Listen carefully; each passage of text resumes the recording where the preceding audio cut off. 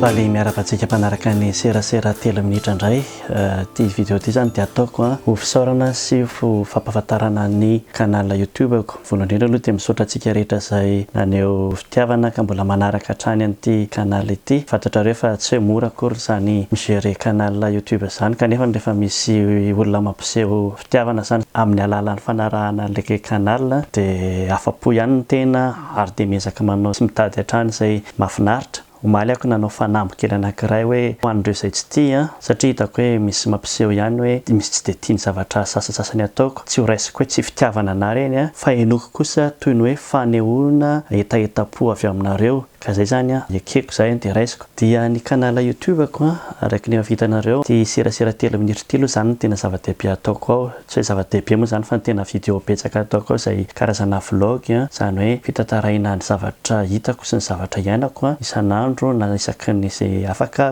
eo amin'ny vidéo fahavalo amby dimampolo zao amin'izao miteny zao. Fa misy ihany koa ny zavatra hafa, misy ny hira katolika, zay aloha ny zavatra tena mbaiko satria ny feoko zany tsy dia ao tsara fa miezaka foana kosa ako raha ohatra mijery an'ilay hira katolika nataoko voalohany indrindra sy ilay hira katolika mba ataoko amin'izao dia hitako ihany misy ihany ny fivoarana. Dia ankoatran'izay misy fampianarana matsinijinika, sy zavatra sendra tonga ao anatin'ny saiko, misy zavatra hitako ihany dia alaiko vidéo fa mahafinaritra anahy fotsiny zany ilay mizara an'ilay izy amintsika. Ny zavatra tiako hampiavaka an'ity canal ity araka ny teneniko dia hoe teny malagasy. Izahako atao teny malagasy zany dia miala tsiny amin'ireo izay tsy mahay teny malagasy fa ho anareo izay malagasy kosa ka hianatra teny malagasy amin'ilay mila mizatra mihaino teny malagasy dia afaka manaraka tsara ny canalako zany nareo satria ho zatra ny sofina alalan'ilay teny malagasy dia afaka mianatra tsikelikely na mizara tsikely na miresaka tsikelikely ihany koa. Dia ankoatran'izay ny anaovako an'ity canal ity zany, ny toerana anaovako anazy dia atao trano ihany. Misy chambre anankiray izay chambre ny aina rehefa kelikely fa zany hoe izy mbola miteny tsy hatory ato dia ampiasaiko aloha ilay izy. Tsy dia misy fitaovana firy ampiasaiko afa-tsy fakan-tsary anankiray,